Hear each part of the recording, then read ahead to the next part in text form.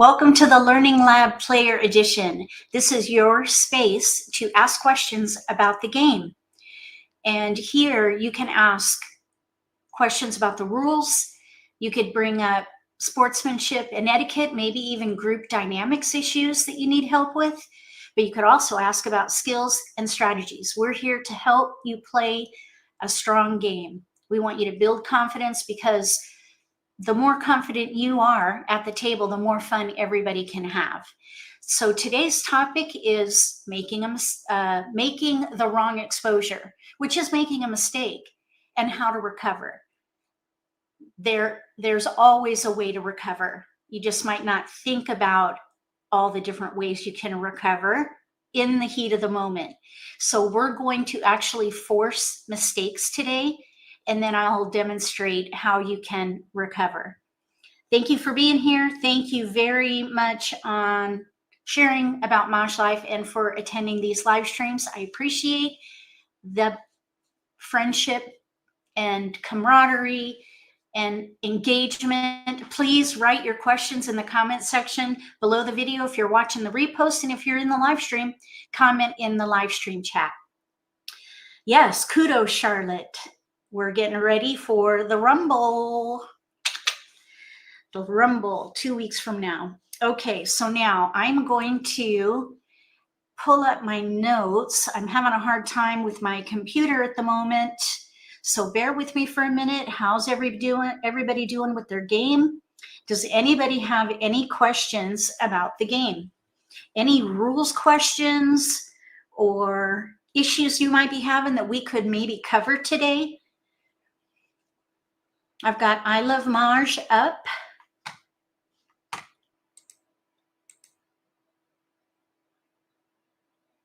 So I saw that Charlotte mentioned when you play online, you're given a prompt if you qualify to claim a discard. So if you have the tiles in your hand, whether it be natural tiles or natural tiles with jokers, you'll be prompted to Pung Kong Quint Mah Jongg.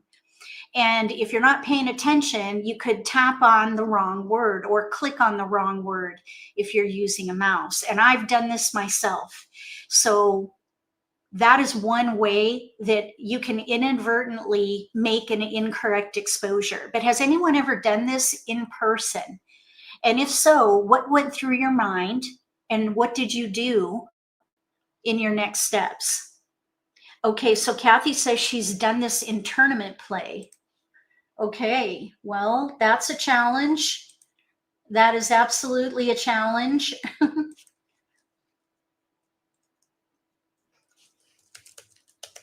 Did you have previous exposures, both online and in person at the table? Okay.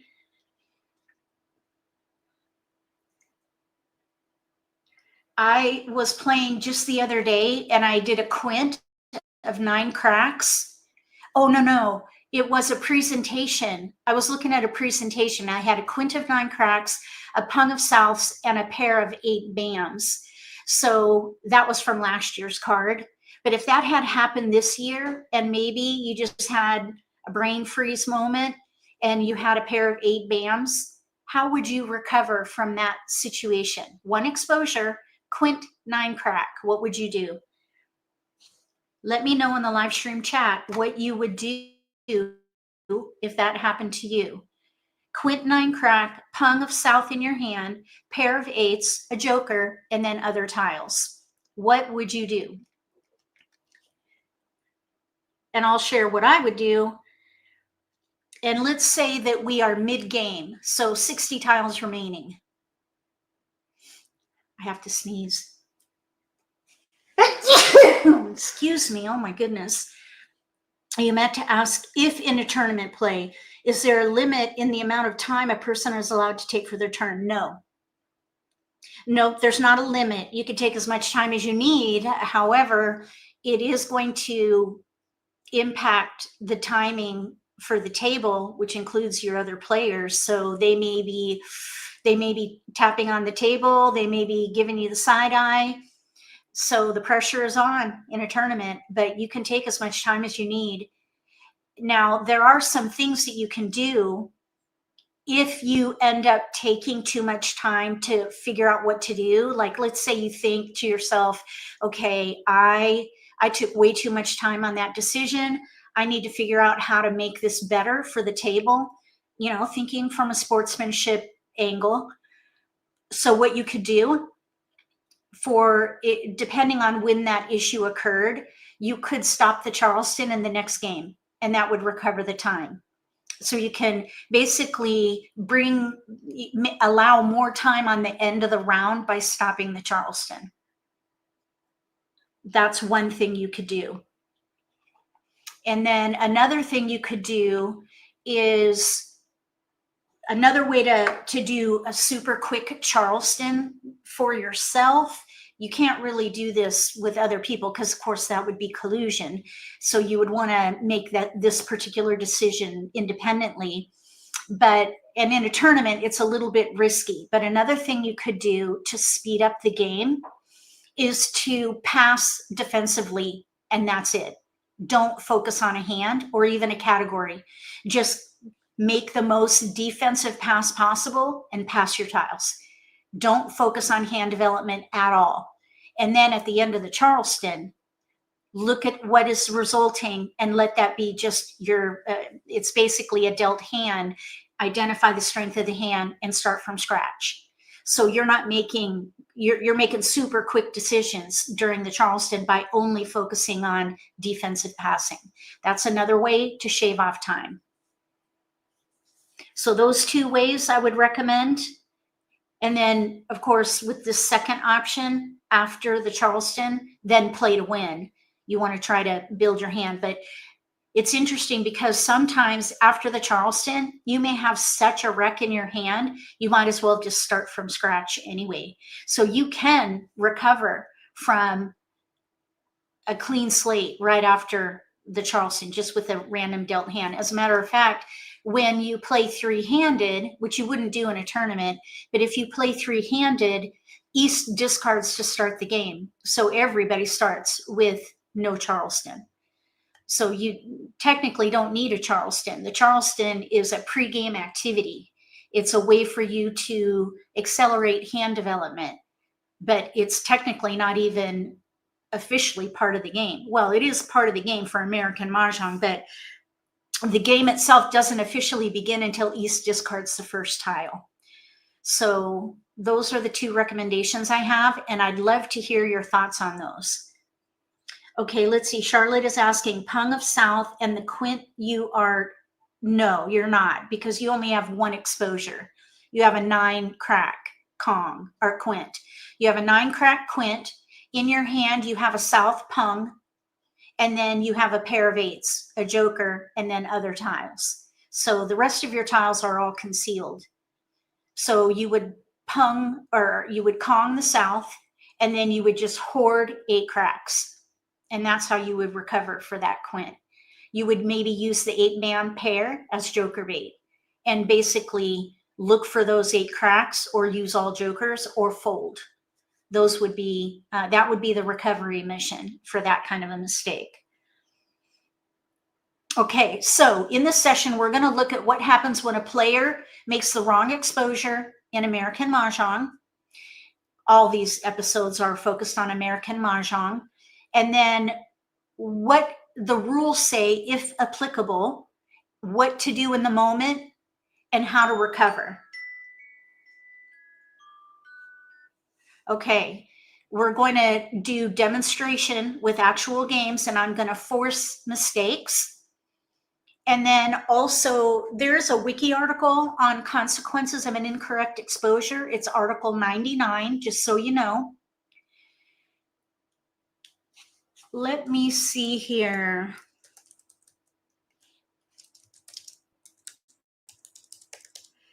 Okay, so here we go. Let me share my screen and we're going to get started.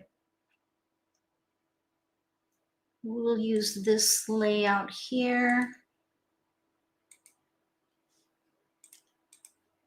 Here's I Love Maj. We're going to be playing it. I Love Maj. If you haven't played here yet, it's a fantastic platform. You can play with robots. You can even play Siamese Mahjong, which is 2 players, 2 hands at one time. And you can play with friends and strangers alike.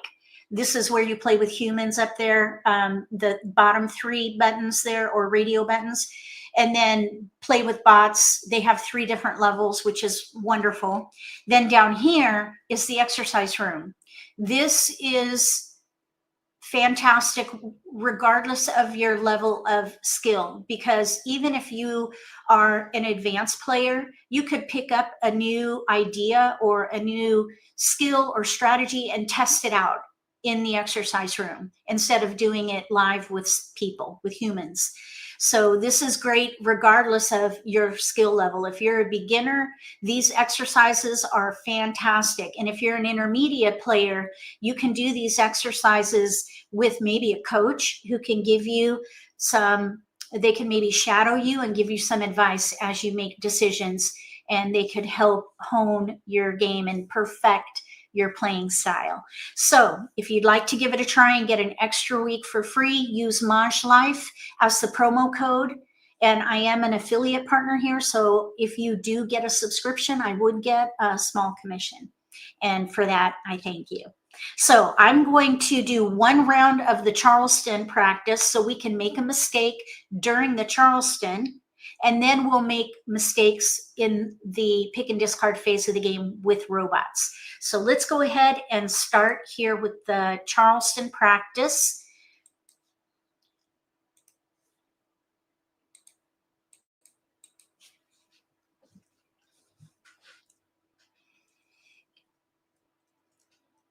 We're going to make a bad exposure, and then we're going to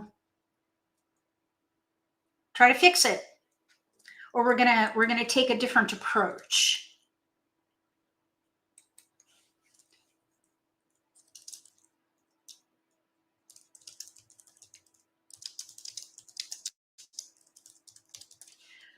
Okay, let's see. I wanted to add to the title a little bit. Oh, no, that didn't help me. I can't do it when we're live. Never mind. Not a big deal.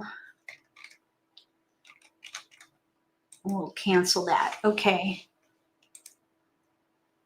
Let's see. So we're going to start the exercise. Here we go.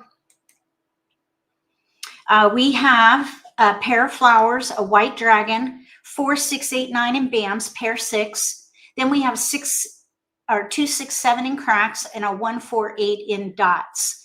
So here we have this pair of 6s and a pair of flowers. If these were your tiles, what would you target and what would you focus on as far as a category? Not a hand, but a category. What category would you focus on? And I'll let you know what I would do here.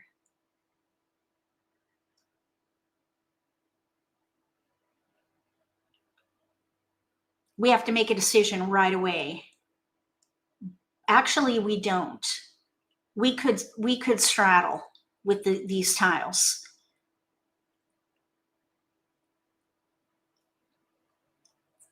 Thank you, Sophie. Hello. Okay, if these were my tiles, 6s, flowers, evens.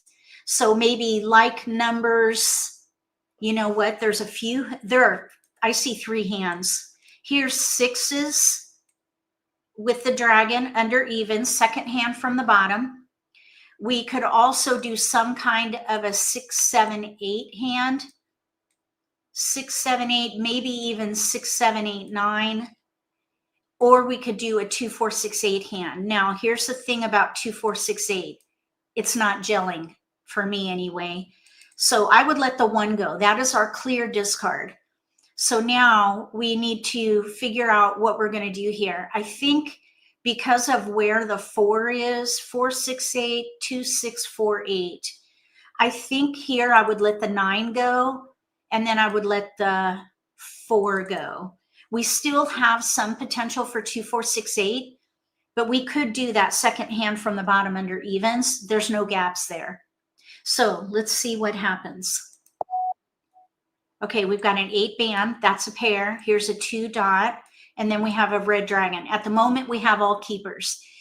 So we have to make a choice now. So we're in between categories. We could play 6, 7, 8 consecutive run, or we could play evens. And clearly we have more evens than we do sevens. We only have 1 7. So in this case, I would give up on the 7, and it looks like others agree. So the 7 would go, and then we would have to make a choice. I'm thinking the 8 dot could go, and then maybe even this, let's say 6 is the red dragon, because we could still play the 6s with the dragon, offsuit dragon, second hand from the bottom, or we could maybe play the concealed hand, but we have a pair of flowers. I would use these flowers. I personally would love to get a 7 bam.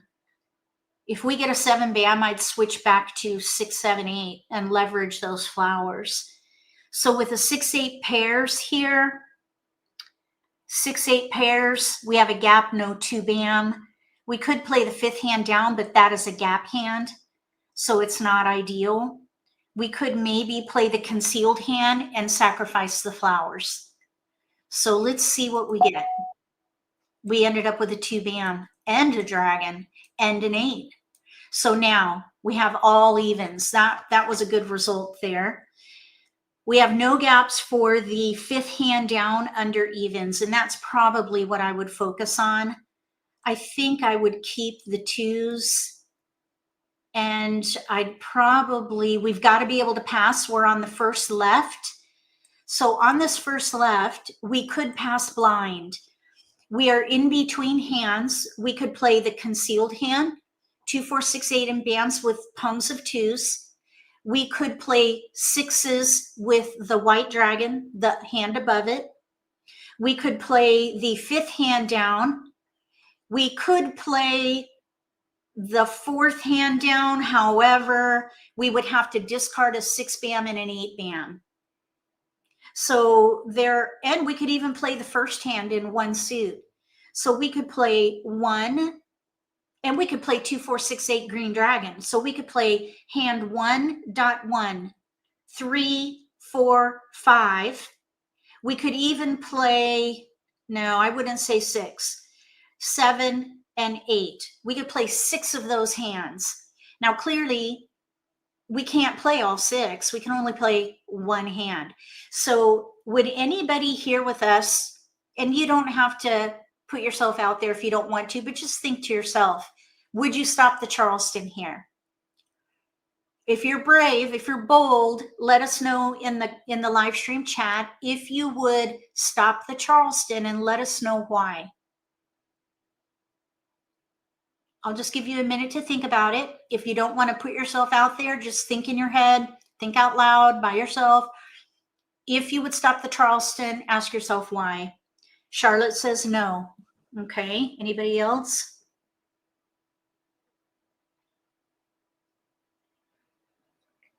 Okay, I would not stop the Charleston. You pick your strongest option. That is the best practice. Pick the strongest option and pass.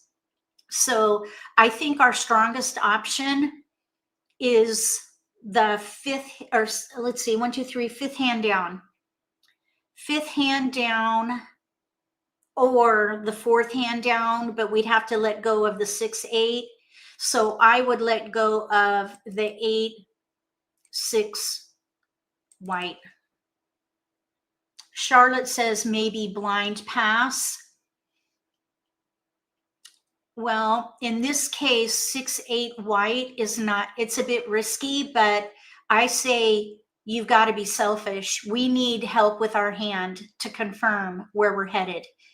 So in this case, now let's see, what we could do is keep the 6 and the white and pass the green and pass blind, because then we could do 6s with the white dragon using the flowers, or we could do the concealed hand, or we could do the fourth hand down. So we went from 6 potential hands to 3, and we're passing 1 blind. So shall we do this? Let's pass 1 blind. Now, if this were me, I would not. I would not pass 1 blind. I'd let the 6 crack go. I would want to have the best opportunity to get a keeper for 2 hands. And we have 2 pretty strong hands, both with no gaps.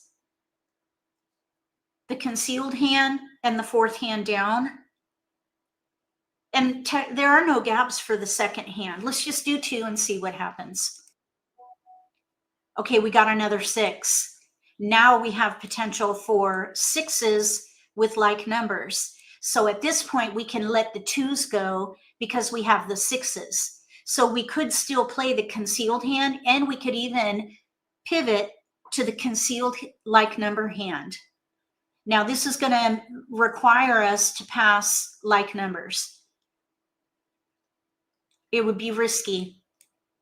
It would definitely be risky here. I would definitely continue. Okay, so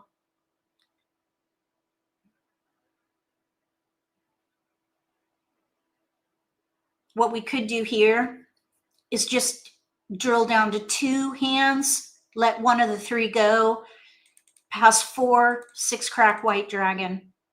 And that way now we're from 3 hands down to 2 hands. 3 hands down to 2 now. So let's see what we could do. We have a keeper. So that was a good choice. And now we have 3 tiles to pass. Okay, now let's make a mistake. Let's accidentally pass the 2 dot. We're going to accidentally pass the 2 dot, and we're going to try to recover. With the hand that we could potentially play for that would be the concealed hand, and we can use jokers. Also, if we play the fourth hand down, we don't even need a 2 dot. So let's say we make a mistake and we pass this 2 dot. Look, we got a 2 dot. And let's pass these 3. Okay, now we have 3 discards here. We have 2s and 8s. 2s and 8s. Now, we might get that 2 back because we gave it to Joe Curtis. I would pass 2. I'd pass the 7 and the 8 dot here. Okay, so we did not get the 2 dot back. And we had a really good result here. We have a hand, 2 hands with no gaps. We could do the concealed hand with 2s, or we could do the flower hand in 1 suit, 5th hand down. So if we do the 5th hand down, we have 5 discards, but we're the dealer. We have an extra discard. So we only have 4 discards, which makes us a contender. If we played the concealed hand, we would be in the same position, and we'd have a pair we don't need. And incidentally, flowers do not make good joker bait. If you're aware of the joker bait tactic, flowers do not make good joker bait. So I'd say either way, we're an underdog. So any thoughts on this Charleston? I think we ended up in a really good spot. We just need 1 good pick for the 8 and we'll be set. Because we could pung the flowers, then we could con the 8 if we get that keeper, 8 bam or joker. We could pung the 6, and then our vulnerability would be the 2 bam. So we have 3 discards before we have to pick a hand. Missing, no, we have a 2 bam right here. Well, we need to build it, but that always happens whenever you're looking at a category or a particular hand. You will always still need to build. You need to turn a single to a pair to a pung to Kong to quint, or what have you. A run from 4 tiles to 5. So there's development that has to happen. You got to see where the hand could go. So yes, we do have a vulnerability, but we have a hand, we have 2 hands actually with no gaps. Yes, isn't it risky to need a pair? Not at this stage. It's not risky. I wouldn't avoid hands with pairs because of risk at this phase of the game. I look for a hand with no gaps. Even if there's weakness or vulnerabilities, that's okay because we're going into the pick and discard phase of the game. Why don't flowers make good joker bait? That's a really good question. The reason is because there are 8 flowers, and it is more likely that your opponents are going to have flowers and will get to that joker before you. That's why. All the other tiles, there are only 4. So the chances of you being able to get to that exposure is higher than a flower because there are twice the number of tiles that can be used. And between 3 other players, it's likely that they're going to have a flower. Now, if you, because if you deploy one of these flowers, you discard, and let's say the player to your right makes a pung with a joker. If the player across from you or to your left has a flower, they're going to get it. But if the player to your left makes an exposure with a joker, then you're fine. But what are the chances of one of 2 other players, 1 of 3, the player on your left making that exposure? 20, I guess, would it be 25%? I'm not a statistician, but the chance of one of these players making an exposure with a flower, I'd say 2 of them, I would say it'd be a 50-50 chance because not all 3 of them would make an exposure with jokers. I think maybe 2 could. So let's just say 50-50 chance. Whereas if you have joker bait with only 4 tiles, you will have much more of a chance of getting to that joker first because there's only 1 other tile if it's a pung. And if it's a Kong with a joker, you have the 4th tile. So that is why. Okay, Cindy wants me to explain joker bait. How about if I demonstrate it? Let's go and play with robots and I'll demonstrate joker bait. It is a tactic for obtaining a joker. And the idea is that you hold a pair you don't need. And later in the game, about middle game, you discard one of the tiles to coax an exposure from an opponent. They make an exposure with a joker, and then on your next turn, you do the switch with your other tile. That is called joker bait. Does anybody want to guess what the success rate is?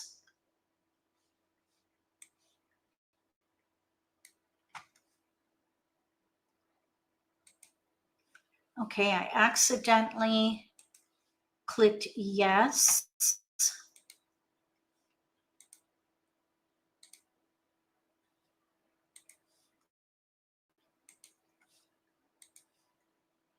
People say that flowers shouldn't be passed because they're in 41% of the hands, but doesn't that mean that numbers which show up in almost all the hands are even a worse pass? Well, you have to pass, so you don't have a choice. We have to pass. So symbol tiles, including flowers, will go around, but you want to mitigate the risk as much as possible. And since 41% of the hands use flowers, it behooves you to not pass them. The success rate for joker bait is 100% if you have colluded. Okay, no, we're not going to go there. We're not going to go there, Miss Sophie. Okay, so the success rate for joker bait is 9.3%. Okay, so here's our hand, and we're going to demonstrate joker bait, but we're also going to make a mistake. So we have a joker northwest south, almost news. We have a 2-5 bam, and then a 2 crack pair, 7-8, with 3 dot pair, 5-8. So if these were your tiles, let's see, you don't feel that joker bait is worth it unless it happens naturally. Yeah, then it wouldn't really be joker bait. It would just be discard planning, I guess. But because joker bait requires timing and situational awareness, so it's intentional. But here we have a really nice deal. We could do several things here.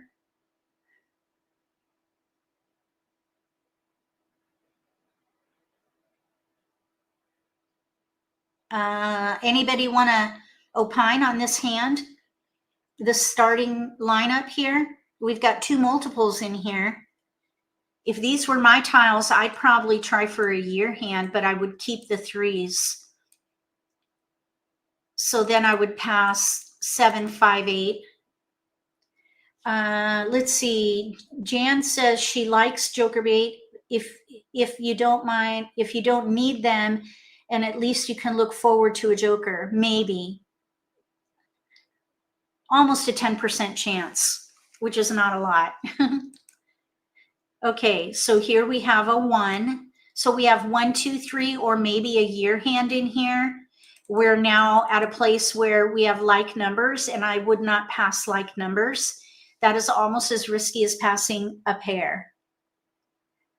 So here I would probably, since we don't have any white dragons, I think what I would do here, 1, 2, 3, news, 3, 5, west, 1, 2, 5, year hand. I think I would let the 1 go.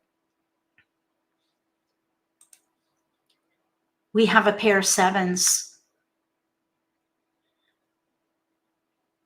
1, 2, 5, 2 crack pair, 3 dot pair, 7 crack pair, 7 dot. Okay, the 7 dot can go. Let's see.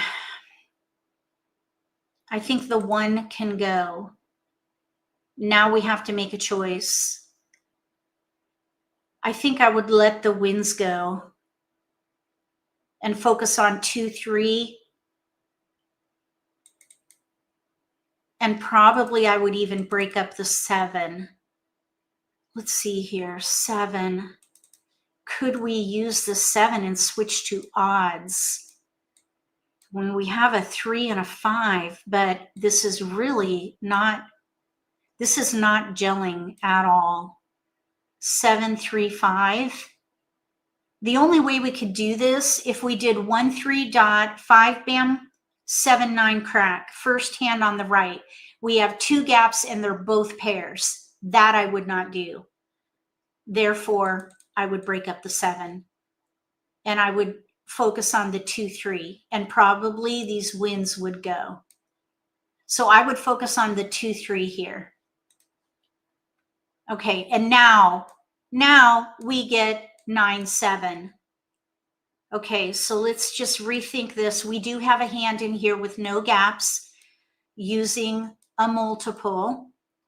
5, 7 bam, 7, 9 crack. We have north, south 7, which is going to be risky. One thing we could do is 1 wind, 7 dot, 2 bam. Let's keep going. So let's pass north 7 with a 2. We could play either a 2, 3 hand, or we could play big odds, 5, 7, 9. Wait a minute. What about if we hoard wins and do this one and sacrifice a pair tile? We still have a pair we don't need. Let's do that. We gave up an east. Maybe it'll come back. Okay, here's a 9. Now we're going to focus on odds. So let's just keep all the odds and then see what we have. So we went from 2, 3 year hand to odds. So we did a pivot. We don't know what hand we're going to play. We need to go across, so we have to pass 3. We've got 2 3s. We have really a 5 we don't need and a 9. I think what I would do is pass 3, 9. We have 3, 5. Maybe do 3 bam, 5 dot. And that way we could still play 5, 7, 7, 9 with news. And then we have joker bait here. You don't want to have joker bait during the Charleston, but right now it's just kind of there. Let's see, Dana says you think it is strategically important to understand joker bait. If you are set up, you will choose throwing out a tile that you would hopefully get a joker over another strategic move, perhaps. If you don't, okay, yeah, well, understanding, let's see, know about that strategy. You can't use it only by accident. Yeah, because timing is crucial with joker bait. Okay, so now we have a 5, 7, 9, and we do have tiles we can pass here, 1, 1, 8, 3. So we don't need to pick a hand yet. Okay, here's, oh my gosh, we have a 2 crack. So now a pung does not make good joker bait because our opponents may only have 1 tile, and typically somebody with 1 tile is not going to make, let's say, a pung with 2 jokers or a kong with 3 jokers. So this does not qualify for joker bait, but I would not pass it. I would only pass 2, or, you know, yeah, because we've got like numbers. So I would just pass 2. Okay, we ended up with a south. We could do north and south with 7s maybe. All right, so now what you could do here is reactivate the joker bait. And you would do that by letting a 2 go now. Because if anybody's playing evens and you discard a 2 now and someone ends up needing a 2, then you may have joker bait later. And that would apply to somebody playing evens or little runs. So let's let a 2 crack go and just see what happens. Man, nobody wanted it. Am I muted? No. Huh, there's no voice. They're not announcing the discard. Okay, so there's a 7 dot. That's weird. White dragon. Red dragon. I don't like holding dragons. And by the way, 7s just went down. So north and south with 7s is unlikely. 4 bam. 2 bam is out. 5 dot. Why? What is going on here? Did I turn my... No, my sound is up. Why can I not hear the tiles? That's weird. Okay, now here we have to make a choice. If we're playing news with big odds, 5, 7, 7, 9, we need to pung. The nice thing about this particular hand, this is the 7th hand down under wins, 5, 7, pair pung in 1 suit, news, pung pair in a 2nd suit. So the 7 crack here would be a pung. So we could pung, and we could even switch to the 1st or 2nd hand on the right if we need to. So I would take it. We have no gaps for this hand, but we need east west. Those would not be gaps per se because we have half of news represented here. Even though we can't use jokers, it is definitely risky. Don't get me wrong. It is definitely risky to do that. But we've got another hand we could pivot to. So let's discard the 3 bam. Red dragon just went down north, and we're not taking that. 7 dot. So, oh, this will be, let's see. No. We don't need this 9. We don't need the south either. Okay, east. There's the east. We're going to ignore it. Green dragon. Oh, there's a joker over there. 6 bam. Red dragon. 1 dot. Don't need that. 1 bam. Another east. We have a single we need to get in here. Here's a 5 bam. We need a pair for that. Okay, so let's discard that. 9 crack. Oh yeah, that's a pair for us. Here's a south. Okay, now that 7 bam, we could pung, but it needs to be a kong for the 2nd hand down, or a pung for the news hand. So I would not take it in this case because we need the 5 bams, 9 crack to be pairs, and we have neither. Not only that, but we have no east-west, and 2 easts are out. So I think we should wait. There's the second 9 crack. Now here's a 6. Let's let the 9 go. We may need to pivot to yet another hand. We have 5, 6, 7 here. If we get an 8 crack, that could be an option for us. The second hand down on the left for consecutive run, because our 5, 7, 9 news hand is dwindling. There's an 8. 5, 6, 7, 8. Hand of least resistance. We're at 63 tiles remaining and 2 easts are out. I think what I would do is let the joker bait go at this point. So let's discard this 2 crack. Now we did discard 1 a lot earlier, so technically it's not qualified as joker bait because probably no one's going to want this. And they didn't. So that was a fail. But technically it wasn't good joker bait anyway. Just because you have a pair you don't need doesn't mean it's joker bait. You've got to look at what is out, what the discards are. Okay, so let's let the other one go. Okay, now I just want to put these 5, 6, 8 tiles over here because that is another potential hand. And I'm thinking the north-south needs to go. And we could either play 5, 7 bam, 7, 9 crack, or 5, 6, 7, 8. And we're going to try to make a mistake in here somewhere. Maybe if the 7 bam goes down, we can make a mistake there and pung. And that's going to be a disaster. A controlled disaster.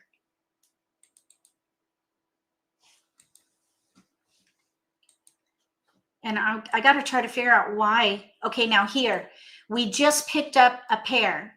So does anybody want to share what would go through your mind right here? We just picked up a pair of 6 cracks. We have a pung of 7 cracks out. We were focused on 5, 7 bam, 7, 9 crack with news. Or 5, 7 bam, 7, 9 crack, second hand down on the right. What would go through your mind with that 6 crack? Would you stick with odds or would you switch to consecutive run? Let me know if you would pivot. That's what it's called by most people in American Mah Jongg, a pivot, P-I-V-O-T, pivot.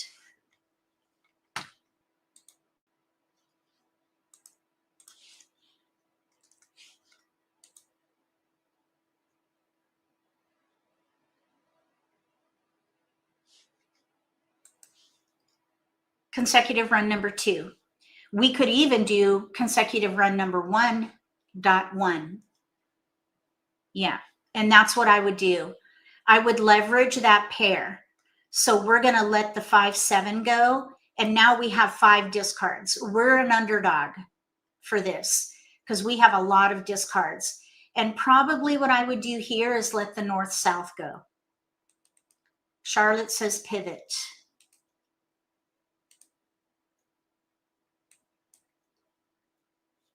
South out. Okay, so now we have 4 discards. I'd still say we're an underdog because we need 2 pair in here and we need Kongs if we play the second hand.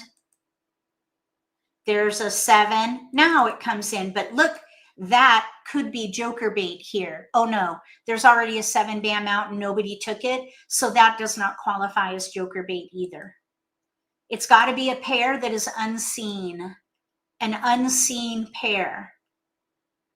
I don't think we could leverage that 8. Let's let the 5s go.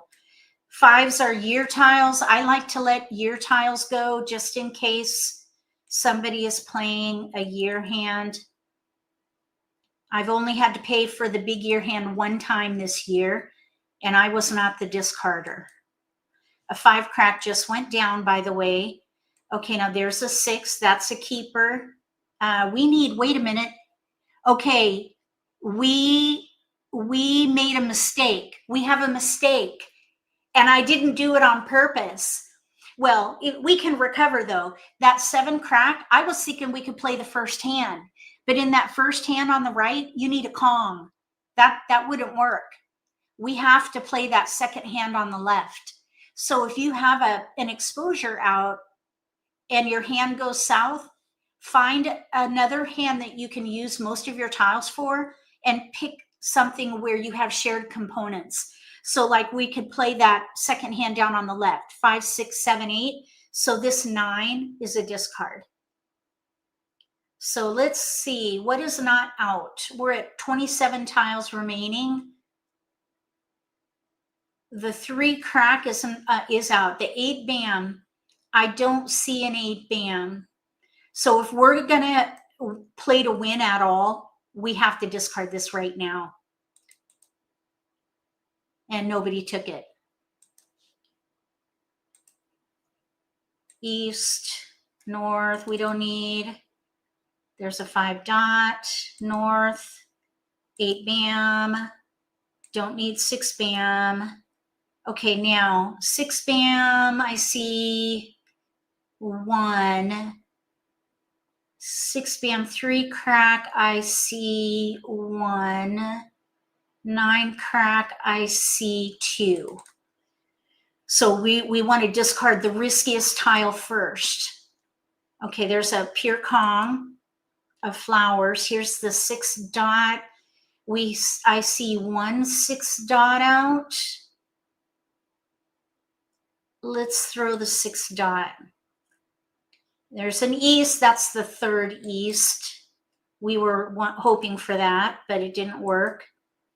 White dragon, 2 are out.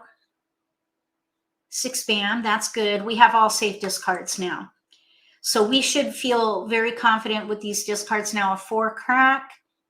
We have 9 tiles remaining. We should fold. And that 9 crack or that 4 crack is going to be our riskiest tile because it is unseen. It is not out here. So we are going to discard safely and fold.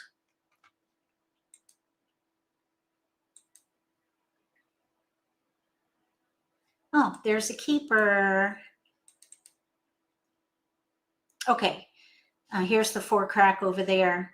All right, so we ended up with 3 discards and a hand, 5, 6, 7, 8. We did okay with a pivot, a couple of pivots. All right, let's squeeze in another game. And we're going to try to make a mistake here, but during the pick and discard phase. So let's hold the 6 dot pair. We have east, south, red dragon, 5, 8 bam, 1, 2, 7 crack, 3 dot. I would hold 5 through 8. 4 numbers in a range around the multiple, 5, 6, 7, 8 of some kind. And then I would break out these wins. So maybe let the red go with a 1. And then we're left with east 2, 3, which is not bad. Okay, now we have a 9 and a 3. So we have some 3, 6, 9 potential here, and I would hold it. We could do 3, 6, 9 or 5 through 9. We have a 7. So we have 5, 7. We have a north and a 4 clear discards. Now we have to dig into our keepers. We have 3, 6, 9, no gaps for the second hand down, 3, 6, 9 and 1 suit. We could also do 5, 6, 7, mixed suit, third hand down on the right under consecutive run. The 8 bam, we could even do 6 dot, 7 crack, 8 bam. Now here we could pass blind or we could pass 2 wins. We're spread super thin with 3 different hands. I think what I would do here is give up on the 3, 6, 9 hand because the flower is a pair versus the third hand down on the right under consecutive run, it's a Kong. So we can use jokers there. If we give up on the 3, 6, 9, we could do either 5, 6, 7 or 6, 7, 8. So let's let the 9 dot go. Okay, we have 2, bam, 4 crack. We don't need any of these time. Oh, no. We could use that 4 for 4 crack, 5, bam, 6 dot. Okay, fold. I'd like to just talk about this folding though. I understand the cringe. Trust me, I do. But you just need to make a mindset shift, because folding is not a sign of weakness. It is not a sign of surrender. It is a sign of resilience, because you're just changing your approach. Your new approach when you fold is to block your opponents, to end in a draw. So that should be the mindset. You're still actively participating and playing with purpose, and that is to end in a draw. Let me know what you think about that. I just want to make a quick note.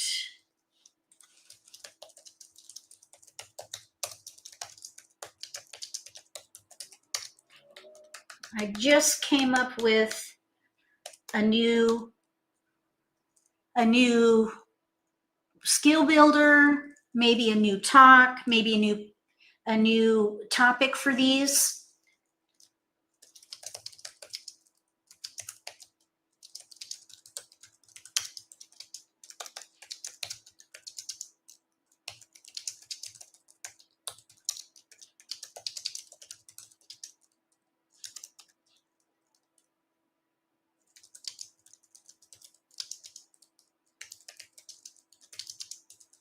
Okay, let's see, here we go. So yeah, we're gonna keep going.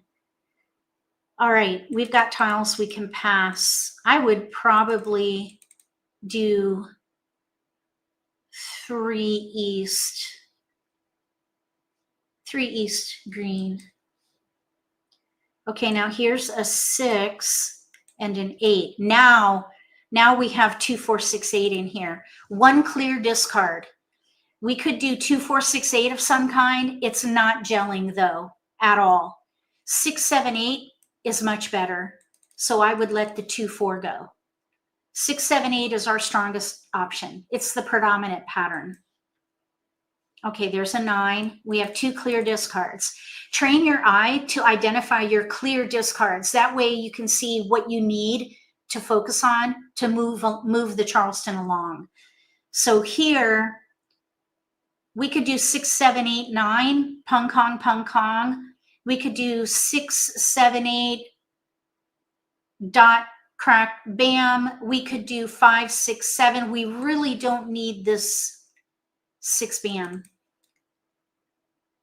unless we play concealed. 5, 6, 7, concealed.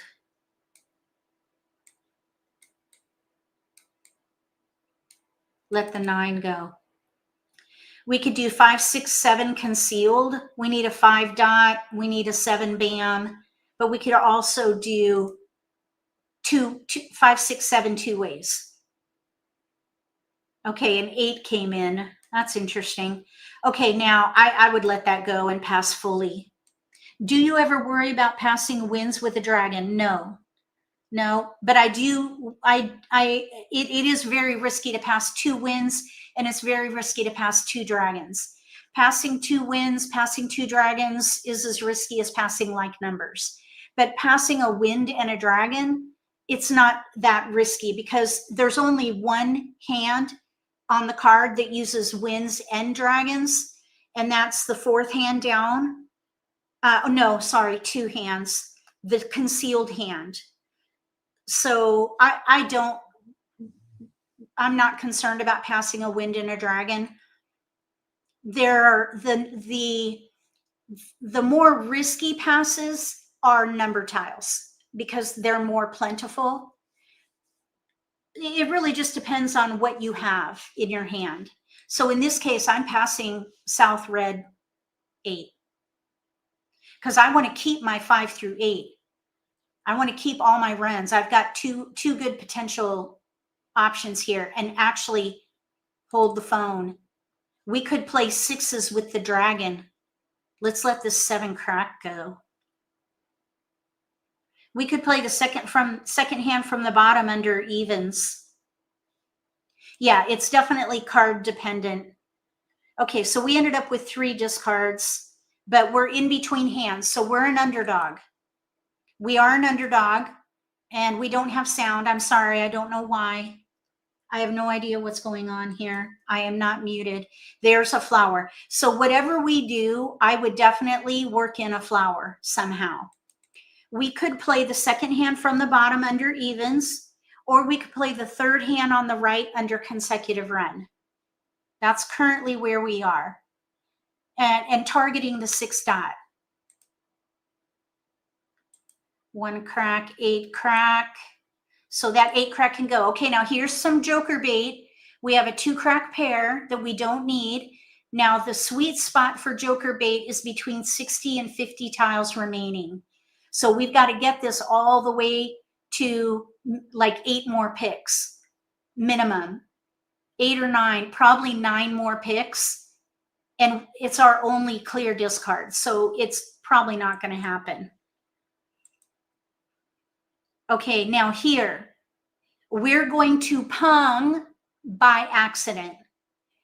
If we play 6, let's see, we would need to do, hold on 1 second. We let the 7 crack go. That was for 6, 7, 8, mixed suit, third hand down on the right. You could call that a mistake, but we've got an option, so I wouldn't worry about that. We could play the concealed hand, or we could play, actually, that was a mistake because now we have a gap hand. But you know what we could do? We could play the second hand from the bottom under evens, which is not a gap hand. That's how you recover from a mistake. That 7 crack was a keeper. So I made a mistake without even forcing it. So instead of fretting about giving up a hand, just find another one. We have no exposures, so we have total freedom. So we're going to switch to 6s with the dragon. And we could even Kong. We have no gaps and we have our pair. So let's Kong. And then we're going to hold the 2 crack and see if we can get it to 60 to 50 tiles remaining. Okay, here we go.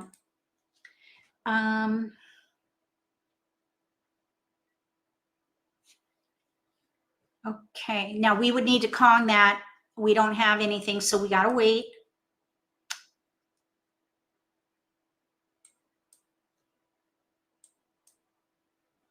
A 7 came in, stinker. But you know what we could do? We could pivot again to 6.7.8 crack. Third hand down on the left. Now that we have that pair. There goes the 2 crack. Nobody wanted it.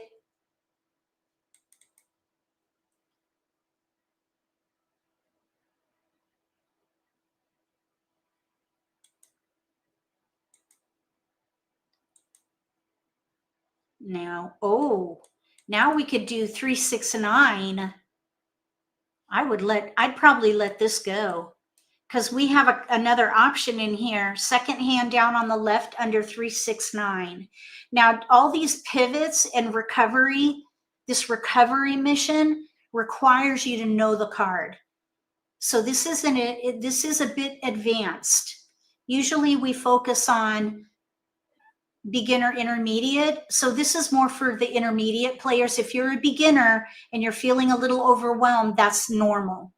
So don't be hard on yourself if you're feeling a little overwhelmed with this topic. A recovery mission, after making a mistake, it takes time to figure out what you need to do to recover. And if you have only either no discards or one, excuse me, if you have no exposures or one exposure, you will be able to switch your hand. So that should be your new mission, a recovery mission. You find another hand. That is the recourse that you have. A beginner is someone who knows the fundamentals of the game. They just know the fundamentals. They maybe are still unfamiliar with the whole card. They don't know all the rules. That is a beginner, but they've been through a lesson probably, or they're just learning it now on the fly. They're just self-teaching or reading a book, or maybe took one lesson. An intermediate player is someone who's more familiar with the card, knows more rules, understands how the other players impact their own hand development. And then an advanced player is someone who has situational awareness and social acuity. They're able to read the table, read the players. They're able to anticipate the end game. They're able to set themselves up for success with the end in mind. That's how I would differentiate beginner, intermediate, advanced. I hope that helps. Okay, pure Kong over there. Now this is a tile we want, but we can't call it. We're going to need jokers. Oh, a 7 came in, but we already, let's see, we already gave up our 5 bam. So we're just going to let this go. South out, red dragon, we don't want that anymore. I would let it go. 9 dot we don't need. So we can let this 9 dot go now. I'm going to put these flowers here. These are keepers probably. Okay, here we go. North, 5. So this 5 dot doesn't work for us in this case. I'd let it go because it's a year tile.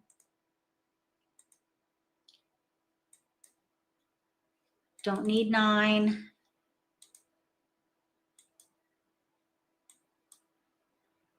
Year tile. 8 crack, 7 bam. Let's see, we're at 48 tiles remaining. We're going into the end game. So we need to start thinking about safe discards. No 1 dots are out. No 3 dots are out. I see a 9 crack. I see a 6 bam. 7 bam is out. 3 bam over here to our right. So let's discard that. Okay.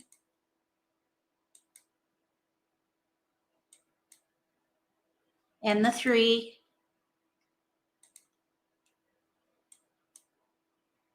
Okay, there's a joker over there. We got 1. Okay, we need more. We just need a pair. No, we need to Kong, but I wouldn't. I would save my joker for the 8 because we can use jokers with a Kong.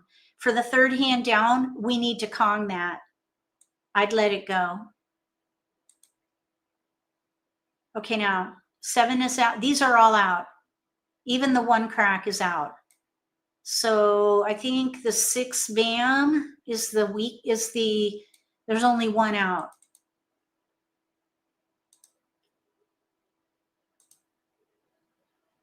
That's our pair. We don't need white dragon. That's the 4th one. Somebody just won. 2, 3, 4. Quint! Oh my gosh. Okay, that's going to do it for this live stream. But we ended up with a hand, no gaps, 3 discards. We probably would fold this hand and just play defensively at this point because we would need the 8 dot and maybe another joker flower. The flowers were here. 1, 2, 3, 4, 5. There's only one more flower. So the chances of getting this hand is slim to none at this stage. So probably a fold would be in order here. Okay, Any questions about today's topic? What to do when you make a mistake with an exposure, how to recover, and does anybody feel better with pivoting after seeing demonstrations, and also when that pivot is a fold? What did you think about that mindset shift? You're welcome, Jan. You're welcome, Charlotte. My pleasure. Does anybody have any closing thoughts? I think it's a good topic because even experienced players make mistakes. I made a mistake in the game without even thinking about it. I didn't even force it. We needed that 7 crack for one of our, I think, 3 hands, but we were able to just pivot. And that's the recourse. If you make a mistake, you pivot. That's the bottom line. You just have to know the card. You need to look for those common components so you can leverage what you have in your hand. Now, if you make an exposure that is a mistake with another exposure out, you stay quiet. You don't out yourself. You play as defensively as you can.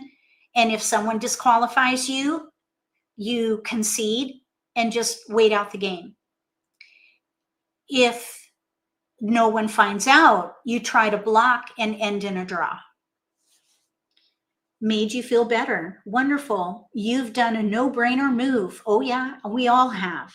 And had to recover, so this was good reinforcement. You're welcome. My pleasure. Learning how to pivot has helped you a lot. Good.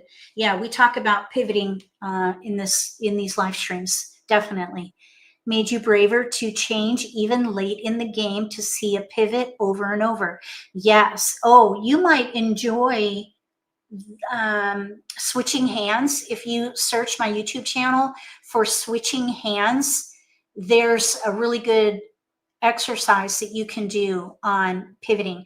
And I did a talk, a webinar with Mah Jongg Maven called it was called the Pivot Playbook. It's one of my signature talks, and that has an exercise or a skill builder in it that you could do. And I think they still have it on their website. I'm not sure. I think they hold webinars for 30 days, so it might not be out there anymore. Let's see. Sophie is asking, in a situation where you are folding, is it a good idea to call? No. Is it a good idea to call on a tile someone else is calling in order to block them from getting it? No, I would say no, because it's revealing information. And if I guess I'm not quite understanding. So for example, somebody discards let's say I fold, and we're let's say in the end game, somebody throws a 2-dot, and I have two 2-dots and a joker. And let's say another opponent has a 2-dot and 2 jokers, or a 2-dot and a joker, and I want to Kong or Pung, it doesn't matter, and they want to Pung or Kong or Pung, let's say, and they're after me, I could call it and block them, but they're still going to get to the joker, because if I have a pair and a joker, I suppose I could Pung with a pure Pung, and then they couldn't get it. But then that's going to reveal information. It will reveal a Pung of pure 2s, and they could then pivot. But if I just stay quiet, they'll never know that until the end of the game that I have their 2s. So in my opinion, it's best to keep the information concealed. Protect the information. If you fold, don't make exposures, especially if the exposure has a joker. That's my opinion on that. So it is situational, but I wouldn't. I would just keep it to myself and just break up my hand. If another 2 in this instance goes out, then I'd use it as a safe discard. Okay, that's going to do it for this live stream. Thank you so much for hanging out with me. Thank you for the interaction. I love that. I hope you enjoyed playing at I Love Maj. It's a great platform. I hope you give it a try. There's a link for this in the video description below. We'll be back again next week from 1 to 2, same time, both on Monday and Tuesday. On Mondays, we do Nitty Gritty Let's Play live stream, where I do a short presentation and a demonstration on a given topic. And then on Tuesdays, we just do a topic, no presentation, and we just on the fly, spontaneously play the game and do gameplay with commentary based on the needs of the viewers. We also answer any questions you may have about the game. So feel free to come back for the Learning Lab Player Edition. And also, if you use Facebook, go to Facebook and type in Learning Lab #MAHJLIFE so that you can join that private group and ask questions in a safe space. Only vetted instructors give the answers, and they are mentored by skilled leaders. So you can be confident getting the right answer for your question. So please go to the Learning Lab #MAHJLIFE on Facebook and join that private group. Okay, have a great day, everyone. We'll be back tomorrow for members only live streams, and then we'll be back for instructors on Thursday from 1 to 2 for more Learning Lab. And we'll also do Simply Social Let's Play live stream on Friday night. Hope to see you then.